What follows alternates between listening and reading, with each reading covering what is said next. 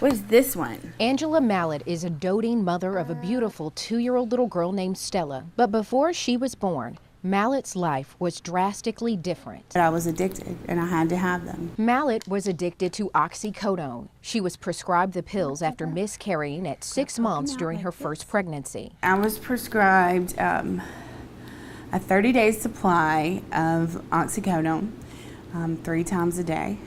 And so that was 90 pills. 30 days. That's all it took for Mallett to crave the drugs. The days of her addiction were dark and led her down a path of destruction. And the addiction just got worse. I started injecting painkillers, and, I woke up one day and was shooting up in a trailer with no power on. Like many addicts, Mallett had her moment of awakening before it was too late. I literally woke up in jail the next day after I'd gotten arrested and just said, thank God I don't have to fight this anymore. Now in recovery, Mallett has been named the outreach coordinator for Mississippi's Targeted Opioid Project. She works closely with Governor Phil Bryant to raise awareness about opioid abuse. People are dying every day.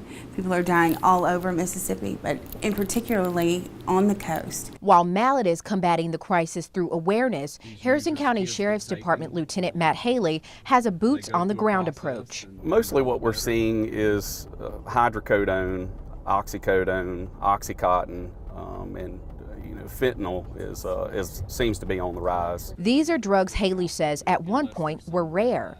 And the interesting thing about this epidemic, it doesn't pick favorites. We could do a search warrant for these type of drugs in a middle-class neighborhood one day, and 3 days later do a search warrant in a upper-class neighborhood. In 2015, opioids killed more than 23,000 people in the U.S. But what about in Mississippi? The Attorney General's office reports last year, Mississippi was a leading prescriber of opioid painkillers with the equivalent of approximately 70 opioid pills for every man, woman, and child. Speaking of children, they're often caught in the crosshairs of addiction. A lot of these drug houses that we go to, there seems to always be some type of kids involved.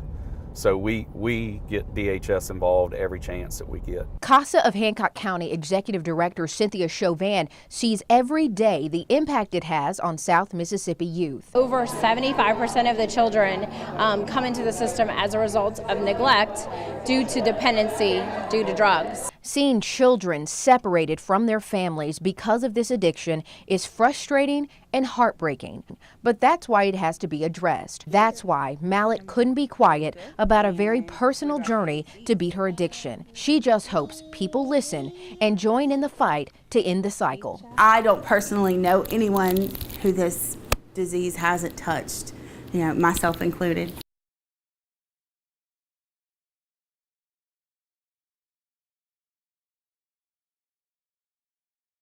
America has declared war on an epidemic that is destroying and taking lives. Opioids, commonly in the form of prescription pills, are a synthetic form of opiates, usually associated with morphine or heroin. The battle involves all levels of government, led by law enforcement. The Federal Drug Enforcement Administration is engaged. It's definitely a crisis. We've seen other drugs impact us over the years, and this one is looking like it could be the worst. On the home front, the Mississippi Bureau of Narcotics is on the front lines. The last 4 years, 85% of all drug overdoses in Mississippi were opioid related. 14069. Local police departments are combating what they see as a lethal crisis. The components that are in the opiates, it's bringing death and causing death. The numbers are stunning. In Mississippi, there were 481 reported deaths related to opioid abuse between 2013 and 2016. The state ranks fourth in prescribing opioids per capita. According to the Mississippi Bureau of Narcotics, there were 201 million prescription painkillers dispensed last year. If you break it down even further based on the population of the state, that's approximately 70 dosage units of a prescription painkiller for every living, breathing person in the state of Mississippi. So one pill bottle with approximately 70 pills in it for everybody in the state of Mississippi. That's a problem. Governor Phil Bryant unveiled an opioid and heroin task force with a $3.5 million federal grant to fight the epidemic. While most attention is focused on the overprescription of pain pills, heroin is making a big comeback. Metro police departments are arresting street dealers supplying heroin to meet the demand for the dangerous drug. Our right is a former heroin house. I think we got about 3 felony warrants out of it one night. Gulfport Police Patrolman Justin Quinley has seen a noticeable uptick in heroin activity. It's a situation of concern for local police departments. But the influx of heroin is alarming, how quickly it's rising, and yes, we are seeing it out there. Charles Roberts had a powerful addiction to heroin as a young man living in Colorado. Rock bottom for me was living under the bridge in Denver, Colorado on the 38th Street and I-25. I had become homeless. Eventually, Roberts beat his addiction. He currently serves as an intern at Harrison County Drug Court. He's wrapping up his master's degree at Southern Miss and will be a social worker helping addicts kick the habit. And I have pretty much dedicated my life in one form or another to helping the sick and suffering. While thousands of Mississippians are fighting personal demons because of an addiction to opioids, public officials in the nation and the state, led by the MBN, see light at the end of the tunnel through proactive policies. And I feel like that effort by MBN, coupled with the partnerships that we have with a lot of our sheriffs and police departments, as well as our partnership with DEA, we're being able to get a lot of those drugs off the street.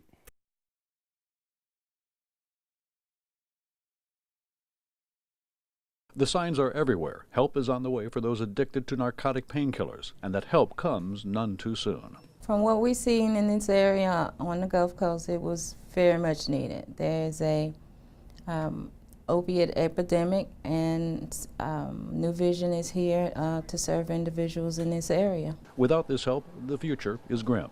These are patients who cannot go back to work. They can't take care of themselves. And it's a really sad cycle that people are in that we would like to help them reverse. This treatment takes a different approach. We have a 3 to 5 day treatment, medical stabilization, where individuals are monitored by doctors, nurses, and other medical staff. The help comes with understanding and a large dose of compassion. Going through withdrawal is incredibly painful and uncomfortable.